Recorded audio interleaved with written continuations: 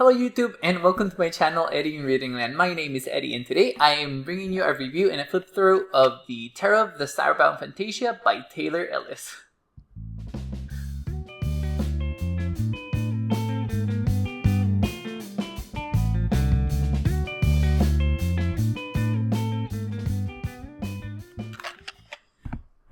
Okay guys, so starting up on this, I have my trusty notes. I feel like it's better for me to have notes to do these videos. I feel more confident with them for some reason. And I can actually confirm that I need to talk about the things that I want to talk about. The first thing that I want to say is that I reached out to Taylor Ellis way back when I got this deck, and I asked him what his inspiration was for the art, because this is very unique art that I haven't seen before in a deck. And he said that he based his art in let's see, cartoon fantasy inspired in myth, science fiction, and fantasy, specifically space opera, and that definitely translates in the artwork. I will do a flip through of the deck at the end of towards the end of the video, and we'll talk about more about the cards then. But I definitely agree that it's very fantastical. It has its own aesthetic. It's very stylized, and it's incredibly colorful, and it's also very elegant. So those are one of the things. Those four things is four. This is a number 4 and not 5. Those four things are things that very much attract me in the art. I've said this before. I think I said this on my first video, that I like those 4 things in a tarot. And those are usually the things that I look for whenever I buy tarot. But this one, this one is an investment deck. I have to say, I am not very sure if the Tarot of the Starbound Phantasia now is a little bit cheaper or more affordable for you guys. But when I bought this deck, it was, I believe, $75. But I've had this deck, I think, more than a couple of years now. I believe since a little after I met my husband. So I want to say maybe 3 years. I'm not certain. The style, no, I'm sorry, not the style of the deck, not the art style of the deck. It is based, the tarot is based on a combination of Rider-Waite-Smith, Tot, and Marseille. I do have to say that the deck is pippish, and it does tend to read more numerological for me, which I'm very thankful, because numerologically is one of the ways that better align with me when it comes to tarot. I don't have a lot of pip decks, and I feel like pip decks could be better for me in a way, but sometimes the simplicity of pip decks doesn't allow me to tap more into my intuition, and it doesn't allow me to expand on it. So I tend to stay clear of those decks. That's why I really don't have a Marseille deck at all, because all of that white space and the arabesque on the pips, even though some of them are somewhat beautiful, and they seem to be more in alignment of how I read tarot, I do prefer something more scenic at times. And this, even though pippish, you guys are going to see on the flip through, is they have more than feeling. There's a whole scene on it. And strangely enough, it feels both pippish and scenic at the same time. It's probably the energy of the card. So it's the cards. It's probably the energy of the cards. So I really like this tarot. When I use this tarot, it's really fun. It forces me to think out of the box, and the imagery also reminds me of superhero comics from back in the 80s. It's really well done. I really like it. But that being said about the art, there is an ebook companion for the book that you got that you can download. I believe the companion book is actually very cheap. It's, or was very cheap. I think it was like $10 or maybe less than that, guys. I'm not really sure. The guidebook is actually really good because it has a full. I mean, since it's digital, I don't have it available for me to show you guys, but maybe I can find some images or my husband can find some images and put them over here. But I'm not really sure. But it does have a full color image, and it goes over the symbolism in the card more specifically, and it also gives you a storyline. And this deck does a really. I felt like the guidebook was incredibly well written because not only does it give you the description of the symbolism and also goes into the art, it also gives you some really good keywords for the card. I believe that Taylor, and he did have help writing the guidebook. The person who helped him they both did a fantastic job melding the systems together into something very cohesive. They did a really great job. I really like this tarot. But I will say we follow the fool's journey in the major arcana, and then there is a progression of the story from the suits. So it goes from the wands have a specific story, and it progresses to the cups, and the cups progress to the swords, and the swords progress to the pentacles. There's a story. There's a whole story. There's a whole world built around the suits. So it's incredible. It's very cool. I really like it. Definitely worth the investment of purchasing the guidebook as well with this deck, because the meaning and the possibilities of reading with the tarot really grow and expand with that with what they have written and they have expressed on the card.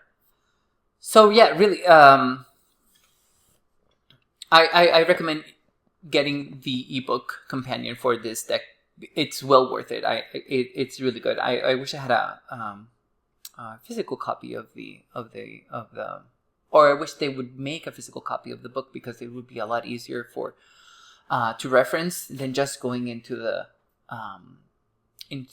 Kindle or whatever app it's available for the download. But it is what it is, and at least they have written a guidebook for it, and there's a guidebook for this book. I wish more creators would write guidebooks for their tarots, and they make it available for us to buy them, because it's a lot easier to understand the art when we have the knowledge of the artist as to what makes that image that specific card. But as in any case, the tarot does come in a really hard box, as you guys can see over here. This is a very beautiful box. It's a 2-piece. There we go. Oh, spoilers. That's the Fool. And it comes with really cool designs on the side. And there we have the backs. Let's see if we can find. I was trying to see if we had the name of the person who wrote the guidebook with Taylor, but I don't see that we get that information here. But that's fine. So it's a very simple box. It's very sturdy, and it does come with 2 additional cards, with one with a spread, and actually 2 spreads. I'm sorry. There we go. 2 spreads. And it comes to information about the artist, and here it is. The contributor writer. It's Jenny Esman. So Jenny was the one who helped write the guidebook, and Taylor Ellis is the artist. Let's see what else. Oh, this is about the Terror of the Starbound Phantasia. Yeah, and also it comes with a little, what do we call this? A cheat sheet, maybe. But it's basically. Oh, is it upside down? There we go. It's not very helpful.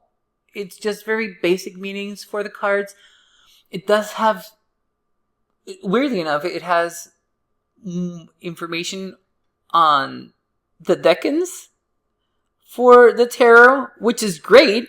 But again, they go into even more detail about all of this in the guidebook. So, like I said before, well worth it buying the guidebook.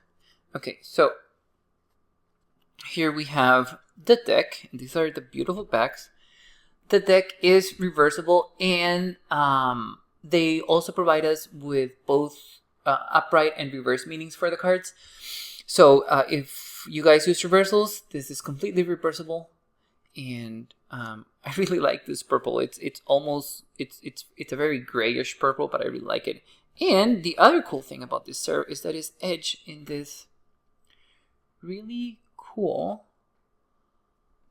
silver, which, by the way, it was a bit more glittery when I started using the tarot, but since I started using it, the glitter has just probably fallen off. It's really difficult to maintain the gilding for a tarot, especially if you riffle shuffle, which I did. I did riffle shuffle this deck, and I'm probably not going to do that. And I haven't done it after that because I just want to try and maintain the integrity of the tarot as best as I can. But the cards are a dream to riffle shuffle, and they are also very flexible, as you guys can see. They're on the thinner side, but they're very sturdy. See, it holds its shape, so I really like it. And I have used this tarot before and have done it many times, and it's still really good. Even after the riffle shuffle, it's still very straight. So that's amazing. Okay, so let's go to the cards, and here we have our very beautiful Fool. Let me see if I can make that come closer to the image. You guys can see that I've used this deck because we started to see that some of the deck is it's been well loved. Okay, there we go. I really like this Fool. I like the really strong magenta in the background of this Fool. And I also like the fact that the Fool is actually a little into its own or their own space, and they do seem a little bit crazy here in this card. I love the fact that the companion, the dog, is doing its best to try and save the Fool, but it knows, and they actually don't know that this is probably going to be a very, very, very bad fall for them. I really appreciate that. The card is very dynamic. Actually, I would say about this deck that this deck is actually very dynamic.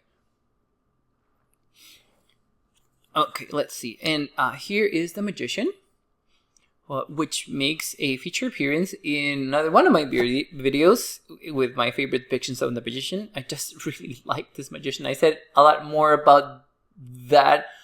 I'm sorry, about this Magician in that video. But yeah, this is a great depiction of the Magician. I really, really appreciate that it looks like a superhero. Here we have the High Priestess, which also has been featured or will be featured, I'm not really sure, in my favorite depictions, but this time of the High Priestess. It's just very well done. It's such a well done deck, and I really like the complexity of it, and I really like the colors. Here we have the Fantastic Empress. Again, the bright colors, the purples. I really like that this Empress is giving me bee energy, and it's also giving me motherly energy. It's also giving me very protective energy, protector. This Empress is not only somebody who nurtures, but it's also someone who guards. I really, really like this about this Empress. I like that she's also in a sort of expansion. I really, really like that. I really appreciate that for the Empress. This is a very different depiction of the Empress that I haven't seen before, sorry. Here we have our Emperor sitting in a white tree and wearing very fiery pants, as you guys can see. Here we have our statuesque Hierophant. And I love that there's a book here. Whenever the High Priestess and or the Hierophant have a book, I just really appreciate that. It makes total sense to me. Here we have our very chaotic lovers. And I say chaotic because there are very different scenes in the card showing connectivity, which I really appreciate because, in my opinion, the lovers is best, or in their most basic description, would be connection. So I really like that. Here we have our wonderful chariot. I don't know if you guys are able to see, but there's an eclipse going on over here.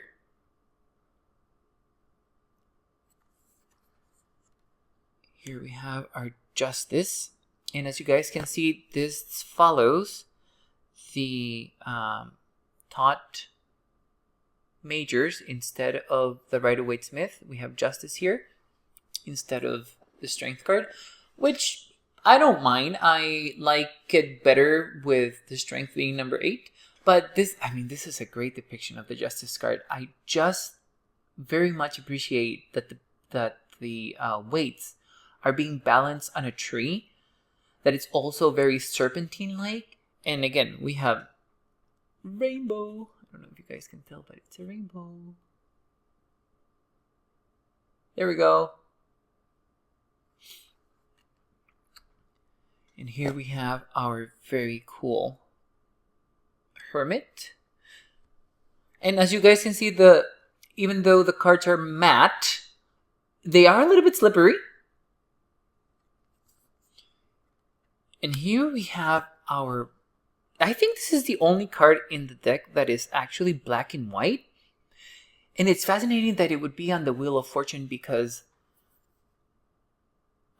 even though people or us as humans like things very much black and white, we know that there are gray spaces and there's gray tones in every situation. So for Taylor to depict this Wheel of Fortune as black and white, it's completely fascinating, and it's also at times very daunting with all of the colorful imagery that the deck has. So I really like this. And here we have our Strength card, which, by the way, I absolutely love this depiction of the Strength card. It just gives me lust vibes. It's giving me very fierce woman warrior, tamer. It's ticking a lot of the voices. A lot of my boxes, and also the fact this beautiful orange that I would usually attribute to the Emperor, but here in the Strength card, it looks so feminine. And it looks so powerful. And I really, really, really appreciate that. Here we have the Hangman. And we have a nod to the Egyptian goddess Nut. Is it Nut or Nuit? Maybe I'm confusing Nuit I'm confusing my French with my Egyptian gods and goddesses. But I really like this depiction of the hangman. I really like that the head is completely detached from the body, but somehow this person still looks alive. That's fascinating to me. Okay, let's see. And here we have Death as an angel. And I'm not really sure if you guys are able to see, but we have small skulls floating down from the death card. And the fact that the death card is holding a hourglass, as if to say that death will come to time itself, it's so profound for me in a really weird way. But I really, really like this. This is a great depiction of the death card. I wish that it would match the other abstract versions of angels that we will see in the tarot. But this is a great depiction of the death card. I really, really, really like it. I like the cloak figure. It makes such sense to me. As I was saying, this is another angel, but this is the Temperance card. And I just am blown away by this Temperance card. The fact that we have, I believe this is it. It has to be a seraph, because I count 6 wings. But the fact that it's also mixing fire and water, providing us with light, and you can see a sort of duality here with this. I don't even know what it is, but these symbols over here that are moving back and forth between each other. It's a more abstract representation of the Temperance card, but we get to see and we get to feel the alchemy, the temperance, the moderation, the trying to balance and mix of things. I just really like this Temperance card a lot. And here we have the very, very, very striking Devil card. This Devil card for me is probably my favorite depiction of the Devil card. So spoiler for one of my next videos on my favorite depictions. This is, again, this is very abstract. This is also another angel. This is also giving me very demon vibes. This is giving me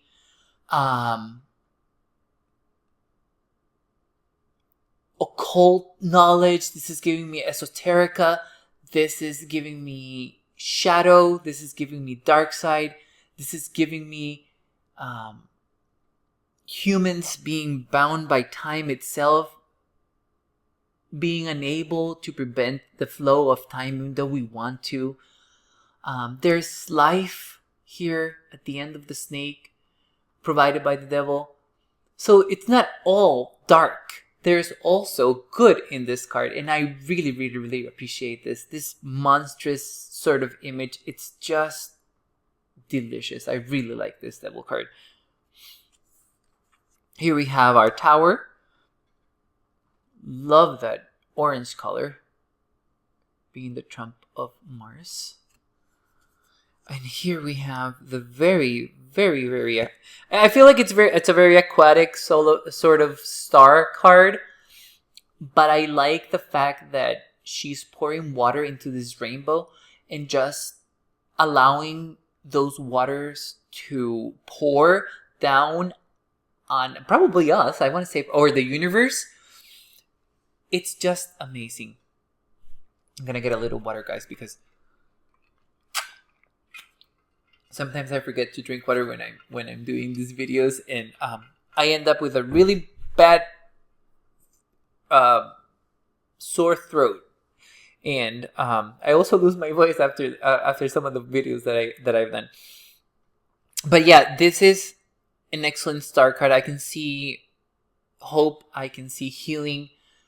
I can see the need to also expand on healing and hope. So I really, really like this star card.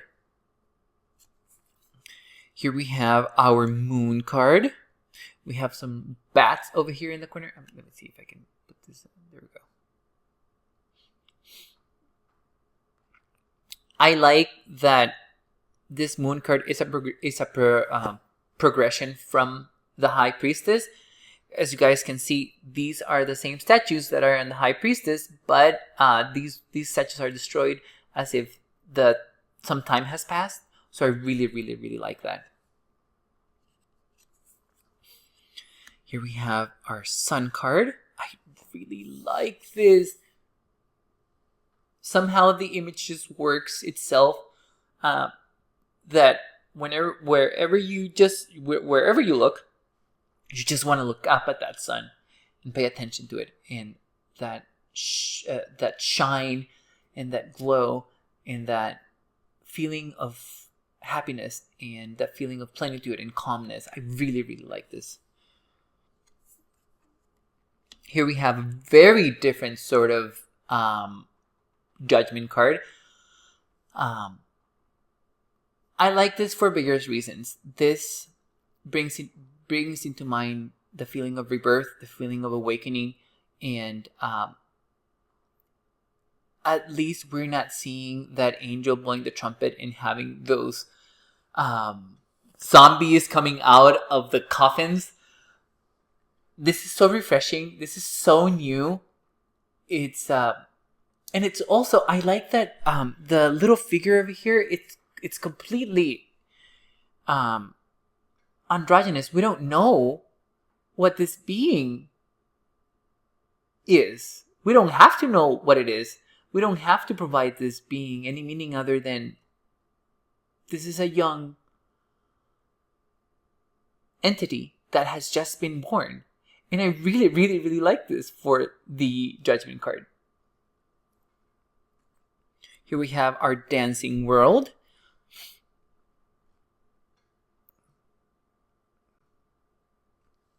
Okay, so we are going into the pips now. So this is our Ace of Wands. And remember how I told you guys that these are pips, but they're also very scenic? As you can see, there's so much information and to gather from all of these symbols. I like the snake here, especially for the wands, because it just reminds me of the snake as creativity instead of knowledge or information, as I usually like to pair it with or think of the snake as knowledge or information. But I have to remember that the snake is also inspiration. It could mean inspiration and creativity, imagination. So I really like that. I like this reminder. Here we have our Two of Wands, and again with the snakes. I love this design over here. The Three. Now we have also a bird over here. I like that the black was chosen so that the color really pops for pops. There we go. For the wand suit, it's just very appropriate. Here we have our very structured 4. Moving on to the 5. See what I mean? You can see that there is a sort of disruption here in this 5. We don't know what happened, but we know that these cobras or these snakes are in a frantic state. But we also are seeing that there is a bird here watching everything unfold, but this one is being calm. So I like the juxtaposition there with the chaos over here versus the peace and the calm over here. Here we have our 6 of Wands.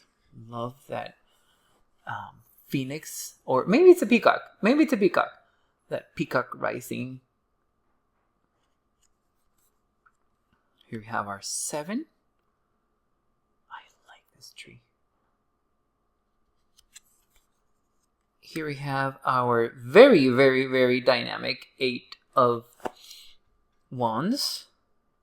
I would have preferred that the wands would be would be shown up, going up instead of down.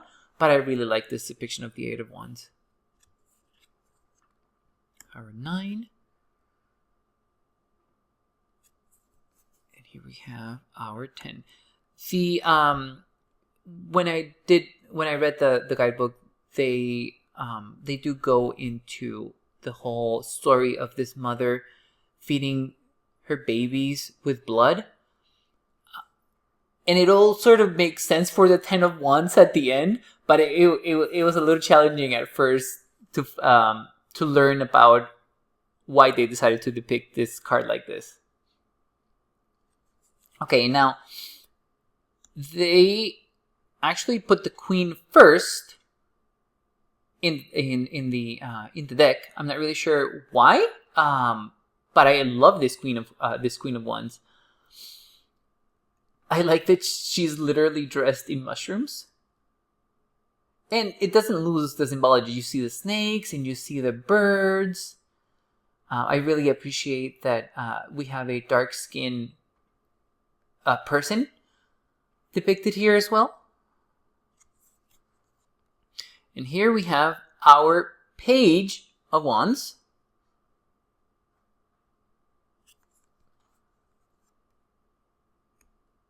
Our Daring Knight of Wands. I just really, really like this. See how the deck, it's very, very dynamic. You can actually feel that this person is going somewhere. It's jumping from somewhere and it's going to land and they're going to be okay.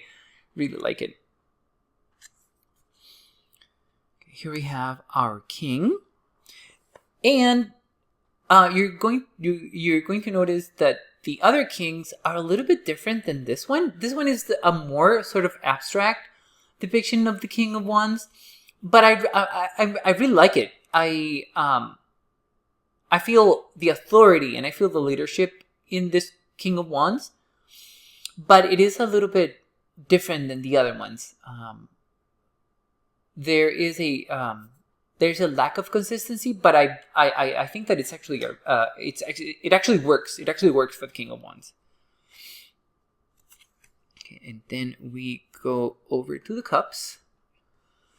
Look at that Ace of Cups. Really like that fountain. Let me drink some more water, guys. Okay. Here we have our Two of Cups. I really like the swirl of water and the fact that there's, maybe it's the same tree, but I can appreciate that there's an entwining of two different trees into one. It makes me feel of the Two of Cups. It makes me feel that energy. Here we have our Three of Cups. I don't know if you guys can see the dolphins or the face in the middle of the image. Our incredibly fascinating Four of Cups.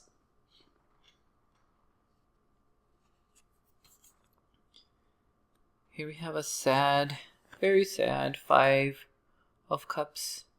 I like that Taylor decided to keep the hope in the Five of Cups with those really shiny and glowy cups over here.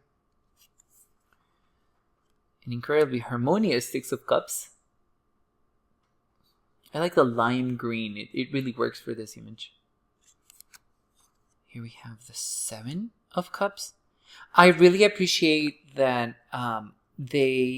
Taylor decided to do very different cups for the Seven of Cups, just so that we can see that there are different choices here. I really, really appreciate that. I also like the pattern in the back. Here we have our Nine of Cups.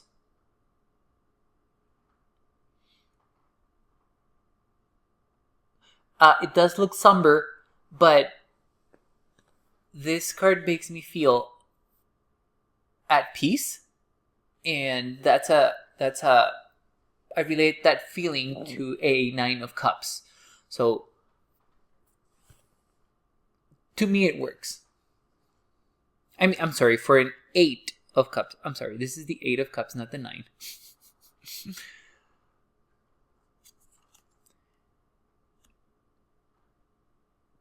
Here we have the very beautiful 9 of cups. I like the abundance and the grapes coming out of these cups. And here we have our very rainbowy 10 of cups. I really appreciate that the water is pouring down of the cups to show that abundance in feeling and emotion, and also the connection that all of these cups have. So I really appreciate that. And of course, I really appreciate that Taylor decided to add a rainbow here. It really works for the 10 of cups. Here we have our very beautiful Queen of Cups. I feel like this Queen of Cups is an embodiment or a manifestation of the goddess Calypso. And it works so well. I really like it. And I also like that Taylor decided to pair the Court of the Cups with lions. That's very different. Usually when I think of lions, I think more of a fiery sort of energy. Our very playful and childlike Page of Cups. I love the bubbles in this card. I love that they're so happy. And this also reminds me of one of the Hanafuda cards because of this little frog over here. I'm not really sure how familiar and you guys are with Hanafuda cards, but there are Japanese cards, and one of the depictions in the cards is a man, or actually a human figure, with an umbrella, and they have a little frog here in the corner. So I think this is the childish version of that, and this just makes me so happy, and it makes me laugh all the time when I see it. Our incredibly handsome Knight of Cups. I really like that he is literally riding the wave. It works for the Knight of Cups, and I think that it would only work for the Knight of Cups. And here we have our very ferocious feline King of Cups. This is incredibly different for a King of Cups, but I can definitely see the control of the emotion. The fact that this king, even though it's calm, we know that this king can get aggressive, and we know that this king can actually protect and defend. I really appreciate that. I like that this is a mer lion as well. It's just very different. It's a very different depiction of the king, but it has a similar vibe to a usual king, so I really like it. We're going to our sword suit, which is one of my favorites. You guys are going to see that the swords have a lot of insects, and some of the swords actually have clouds depicted inside the blade. I feel like that is so appropriate. It brings up to me the mind. It brings up the unconscious. It just really works. Here we have our Two of Swords. Look at the beetles. But see what I mean? The clouds in this one are gray, and the clouds in this one are white. And we can see that there's a decision here trying to be made. It's either one thing or the other.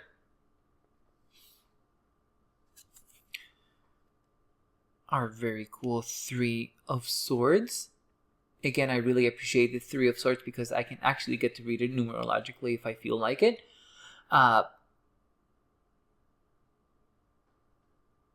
So I really appreciate that.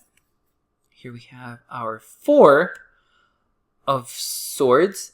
I like that Taylor decided to use a cicada for the 4 of swords because knowing about the life cycle of the cicadas, it makes a lot of sense that we have a husk here and we have 2 full-fledged cicadas and then 2 cicadas that have since passed out. So I really, really like that.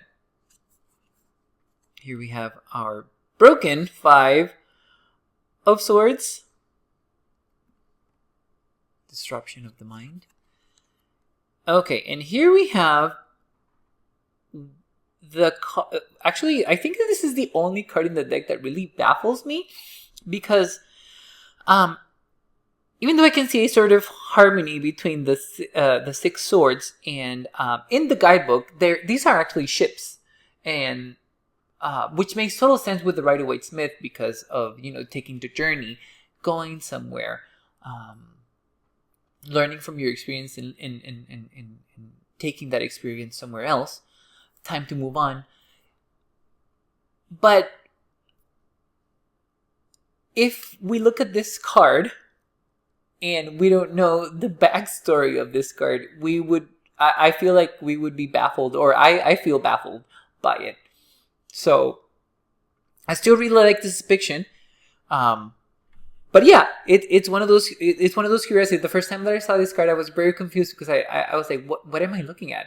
I understand that these are also butterflies, or meant to be a butterfly design, but it was confusing.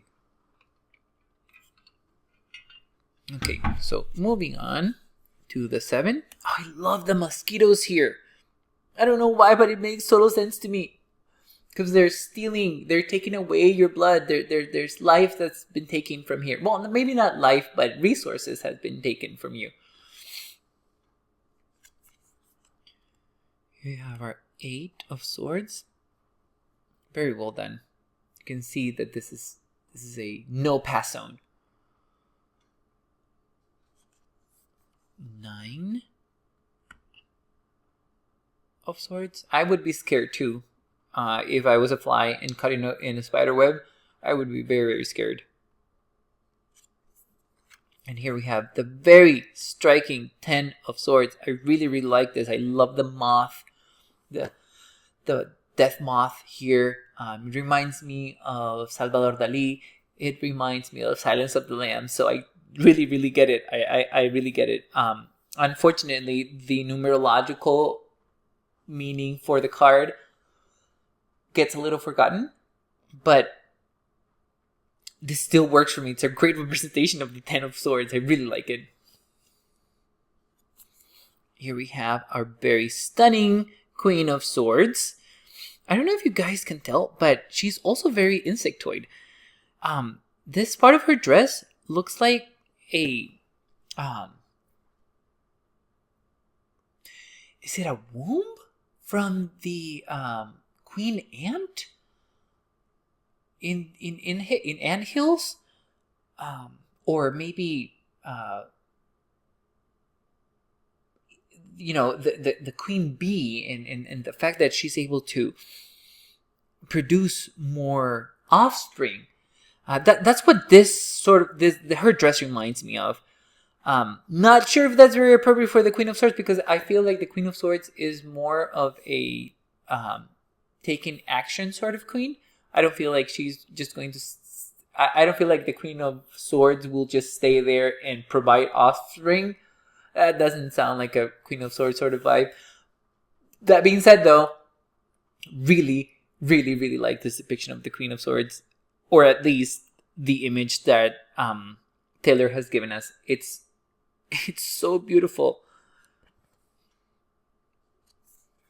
Here we have our Page of Swords. I will say that this Page of Swords looks more aggressive than it should be, in my opinion. I know that some of us do equate swords with a more aggressive sort of energy or a more active sort of energy, but I think that the expression on their face, it's it could have been a lot softer, because he looks a little bit crazed. And here we have our Knight of Swords, which doesn't disappoint. I just really like that it's sort of inspired, I believe it's inspired in Japanese armor and Japanese swordsmen and samurai. Not only because of the outfit that he's wearing, but also because he's about to strike on a dragon. So I hope that's what it is. The guidebook doesn't say that, but I really, really like the fact that it does look a sort of samurai to me. And here we have another great depiction for a king, and this is the King of Swords. It's just very different. I've never seen a King of Swords depicted this way, but it makes sense to me. It still feels like the King of Swords. Feels like this king has knowledge and is able to gather information very quickly. Not only that, he's able to use that information and that knowledge as a weapon. And that really strikes a chord with me, and a really good one. Okay, now we go to the Pentacles. And this is the more steampunk sort of part of the tarot, which I like. I really enjoy reading steampunk, and also, actually, the whole aesthetic of steampunk. It's so good. I really like it. I wish I was able to create beautiful garments in steampunk fashion, because I would wear them all the time. Not even just for conventions or to cosplay, but just regularly for the day-to-day. Here we have our Two of Pentacles. I like that Taylor decided to add the hands to the pentacles as if really weighing with your hands.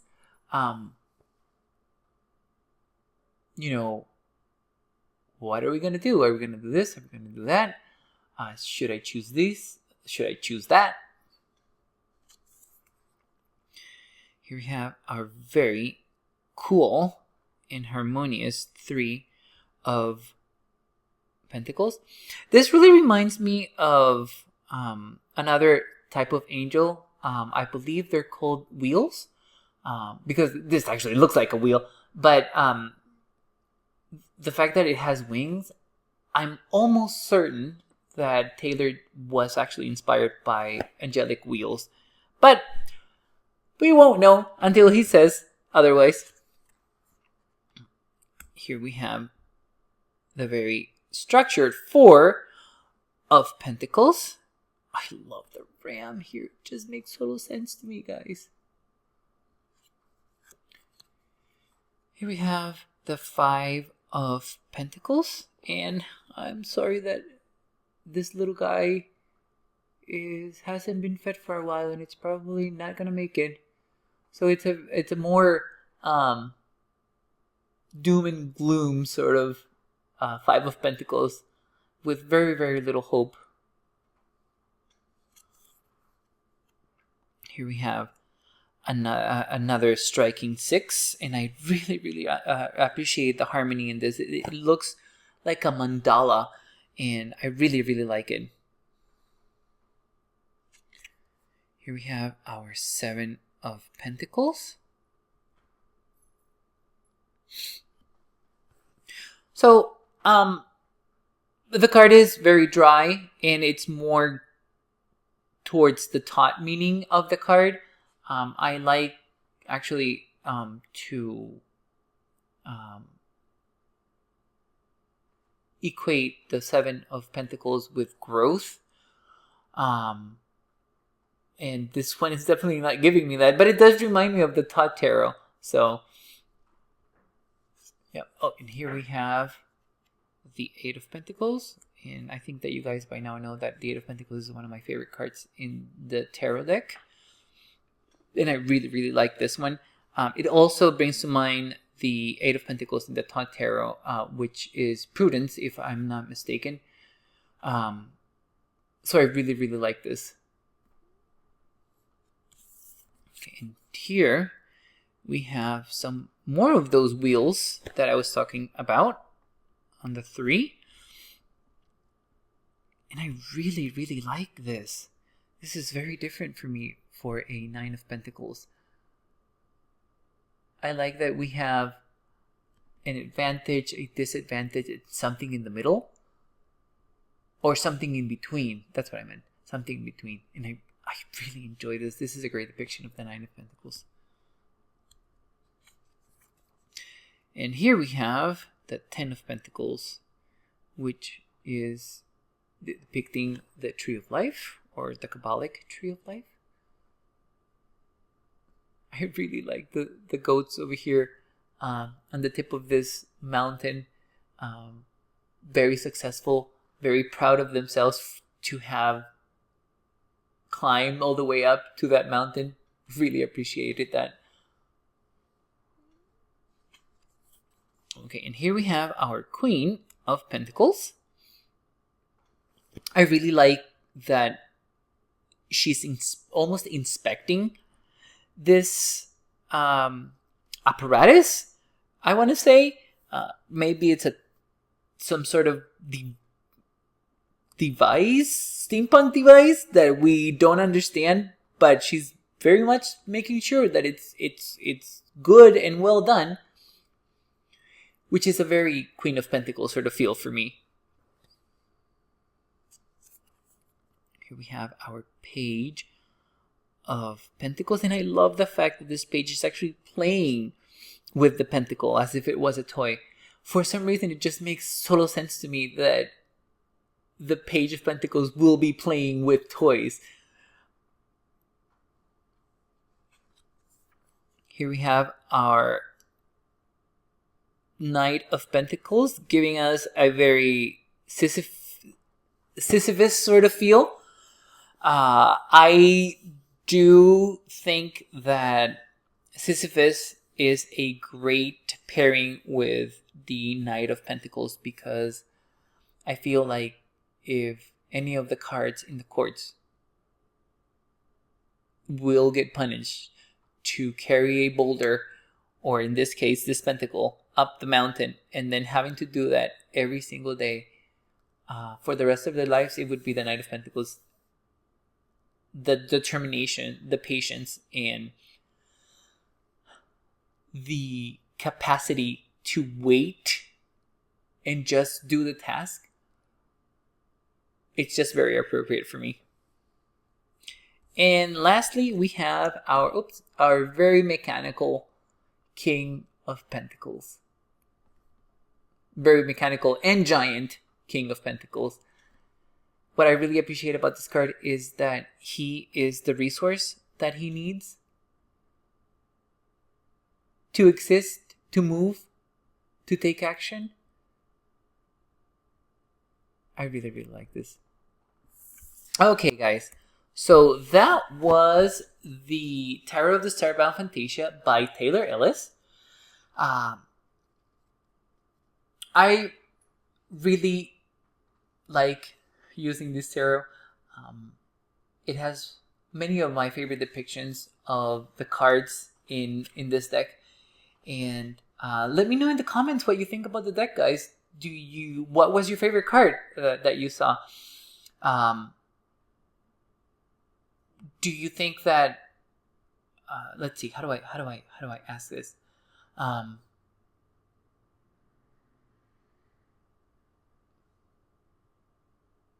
Well, I mean, what do you guys think about the deck? Do you like how colorful it is? Do you like some of the depictions? Do you agree that the art is actually different and something completely different than what we're used to seeing in depictions in the tarot? Just let me know in the comments what you think, and I'll be happy to find out what you guys say and what you guys tell me. But thank you so much for taking your time to being with me. I really appreciate it. And you guys have a really, really great day. Bye, YouTube.